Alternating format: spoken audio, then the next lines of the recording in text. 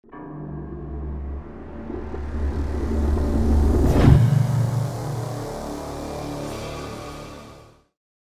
welcome back to another video.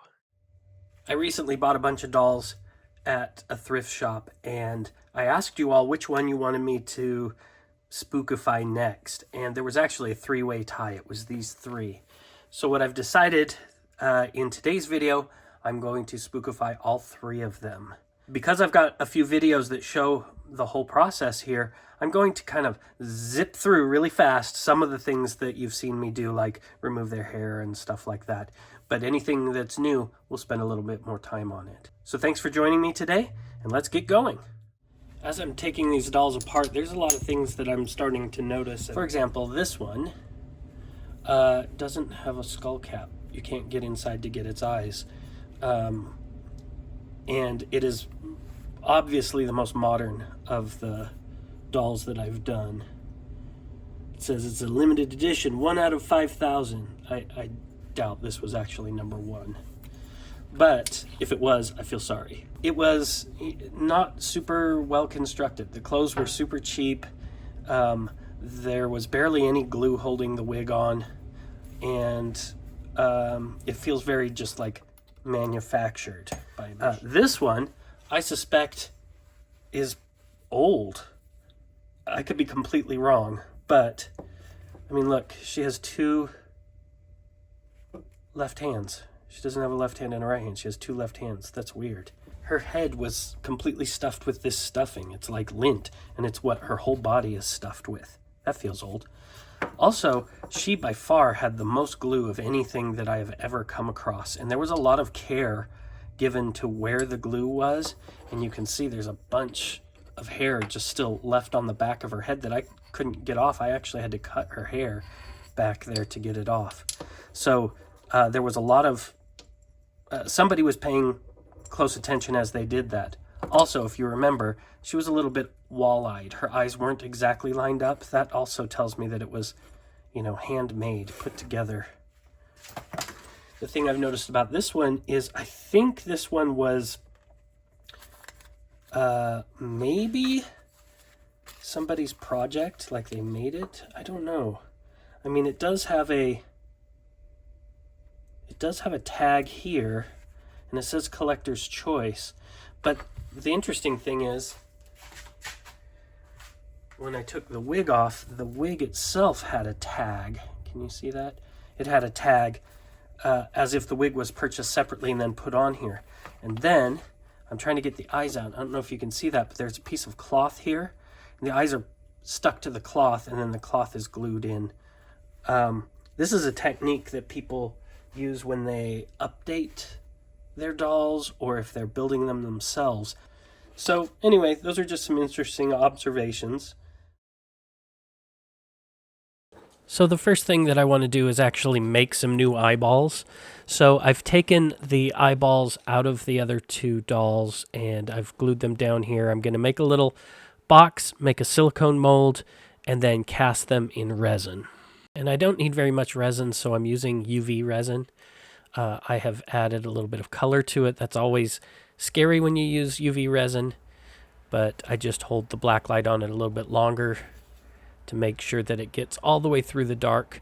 And I'm starting with a little tiny dot for the black pupil. To get a ghostly effect, I've mixed some very translucent white that I'm just dripping in to fill up the iris. And I decided to break out my big black light to cure this. The last thing is we filled it all in with a more opaque white for the sclera. And you can see they're kind of ghostly, disturbing eyes. So these are the ones we're going to use. Okay, I'm about ready to paint them. I'm going to paint them all white, like I usually do. But this one, I can't take her eyes out because I have no way to get into her head. And for now, at least, I think I want to keep her eyes as they are. I may not paint over them or anything. So I need to protect them as I spray this paint. And for that, I'm going to use liquid latex. All right, with a cheap paintbrush and some liquid latex, I'm just going to paint over the eyeballs.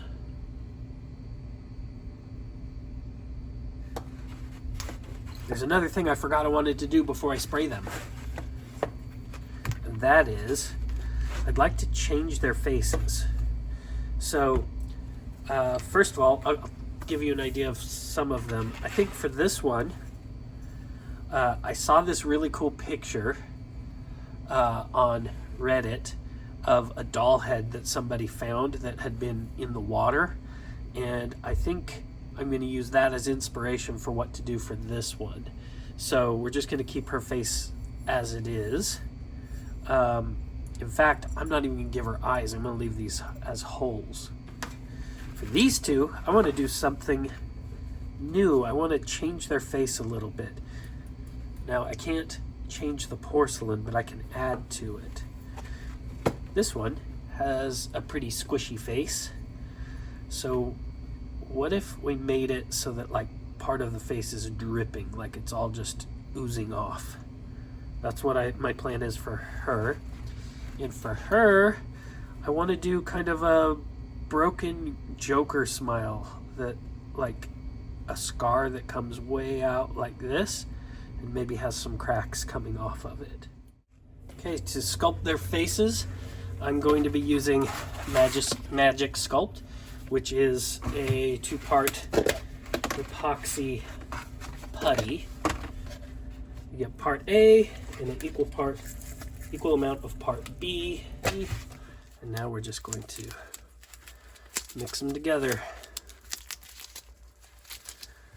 Okay, once it's a uniform color, then we're ready to use it.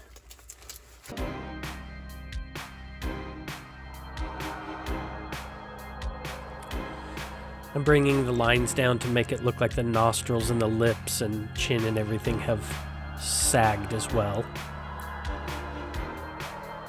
And then I add a little detail in with some lines.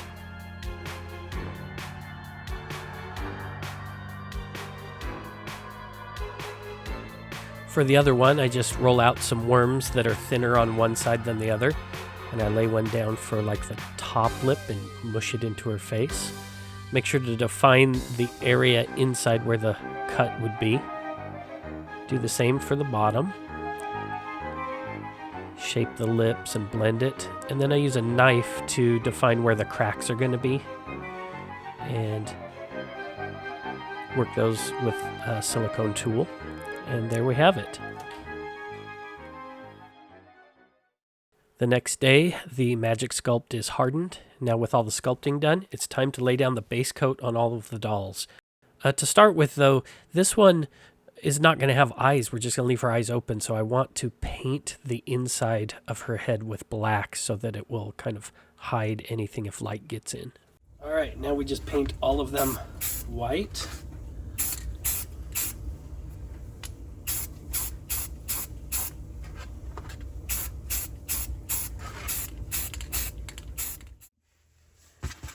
Okay, I've got my little double left-handed doll here. And for her, the inspiration we're using is this picture over here again that I found on Reddit of a doll that had been left in the water for a long time. And we're not trying to go for the exact same thing, but we are kind of going for that look. So the colors I'm going to be using today are right here. And we're going to do, as you've seen me do a number of times, we're just going to do a bunch of washes. We're going to start with the yellow ochre. And we do kind of want it blotchy, so maybe there are some places that don't get it. Actually, I think for this yellow layer, I'd prefer it to be mostly covered. So I'm going to have fewer spots. There'll just be some places where there's more, and some places where there's less, but there's going to be yellow everywhere. There we go. Now when we dab it off, it's leaving some of the yellow behind. Then I mix some green with the yellow and blotch it around a little bit. And follow that up with some pure green.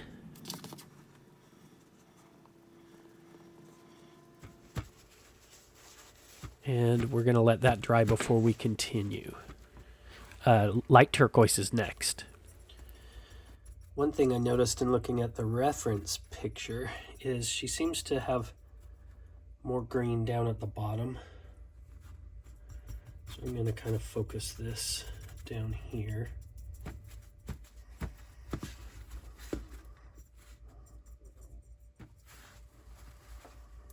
Yeah, do you see this thing? How it like takes the paint off? In some places it stays on. Because of this problem that I've been having where even though it's dry, if I put more paint on here and then dab it off, it takes all of the paint off. What I'm going to do is, now that I've got something that's dry, I'm going to spray it and seal it in with some matte finish. It's just clear matte. With the matte finish clear, everything underneath is now sealed in, so I can begin doing my brown washes over top. I'm starting with raw umber, and I'll follow that up with burnt umber.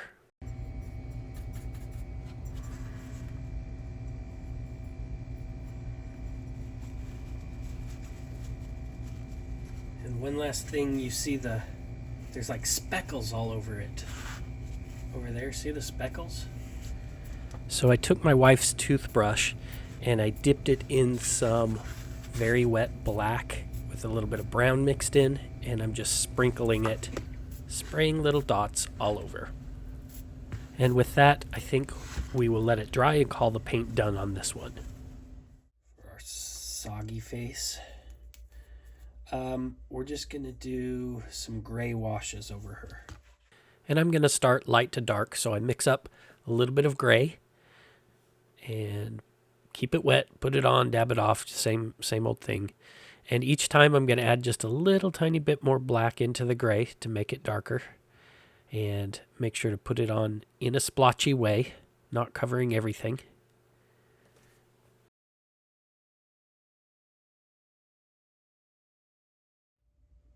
I like the way this is looking, but it is very monochromatic. It's just gray. So I want to add just a little bit of red into it, some pink, and just see how that kind of brings life into it. And I'm not trying to add blood to this. What I'm trying to do is add a little bit of rosiness where life would be. So in the skin where you're going to see more pink, you see this in regular people too. So that's where I'm focusing. Okay, I feel like she just needs a little bit more. So her eyes are gonna be fine. Remember, we put mask on that, so we'll scratch those off in a second. But I think we just need a little bit more color. Oh, that's cool. A little bit more color, so let's go back to my old favorite, burnt umber.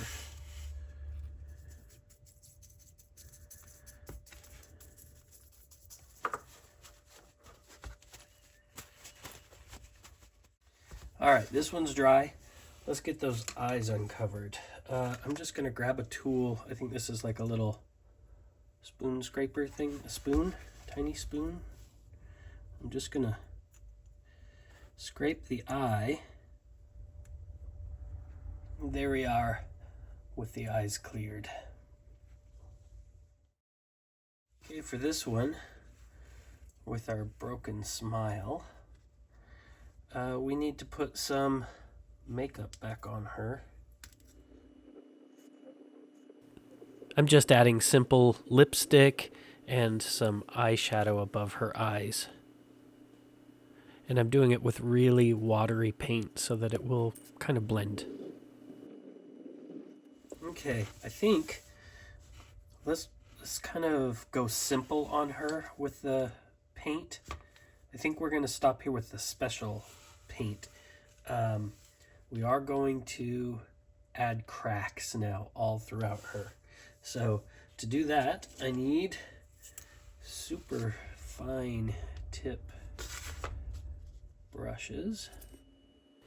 And I am going to use pure black on this. I do wet it down just a little bit because it will flow a little bit better. But for the most part, it's just pure painting black. So as I paint the cracks, I'm using different line weight to make the cracks feel sometimes wider and sometimes thinner.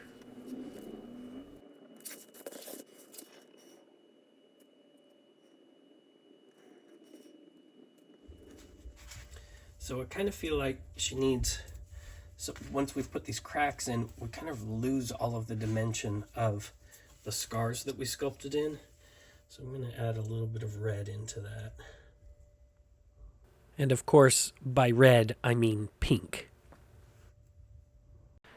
And really, I should have done the pink before doing all of the black cracks. Once this dries, I do have to go over the black again to make sure that those feel like they're on top of the pink.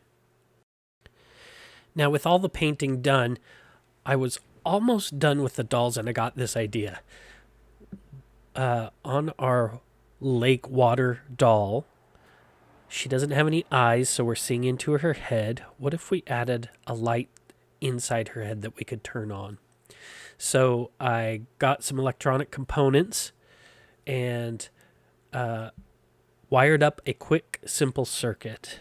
If you're interested in these components or any of the other tools or products that I use in here, I always put an affiliate link down in the description below so you can get them yourself if you'd like. And it helps the channel if you use that link.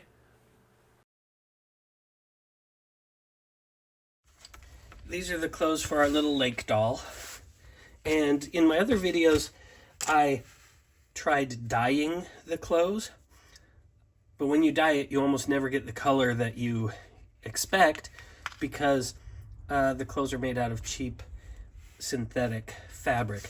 This one, as I mentioned before, I think is a really old one or something. I'm pretty sure this is all cotton except for the shoes.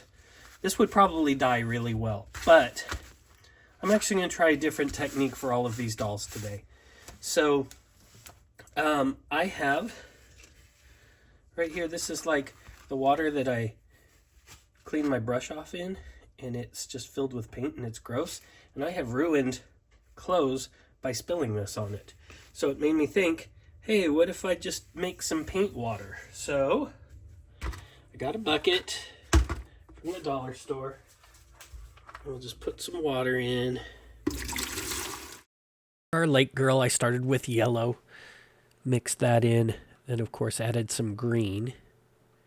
But this was kind of very vibrant and toxic waste looking, so I added a bunch of brown to tone that down. And dipped all the clothes in. Now for the Joker Smile Girl, I used a paint that I have called Payne's Gray. Turns out Payne's Gray is actually like indigo. And then for our little Soggy Face Girl, I did it with black. The next day, the clothes are all dry, and it's time to dress them. But first, for our little lake girl, I need to suture her up in the back where I cut her so that I could put the circuit in. All right, there we go. Perfect glue suture. Okay, let's get her dressed.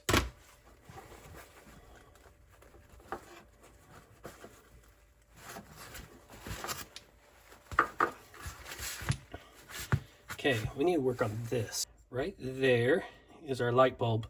I'm just going to put hot glue on it and mush it down into the top of the neck in there. There you can see it in place. Oh, and there's something I haven't told you. That light bulb that we just put in isn't a regular light bulb. It's a UV light. We're going to use invisible ink, blue invisible ink. And we're going to paint the whole back of the inside with this invisible paint. Now it is really invisible. This is the same stuff if you've ever been to like an amusement park or a club and they stamp your hand so you can come back in. It's the same ink. It'll only show up under a black light. Now we can finish putting her clothes on and getting her hair on. And we'll be done with her.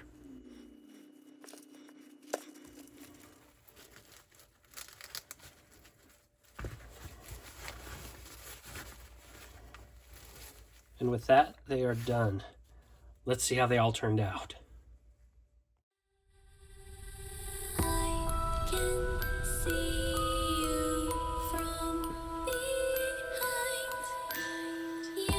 Now, I had a really great time making these dolls, and I really appreciate everybody's input on helping me choose which ones to work on next.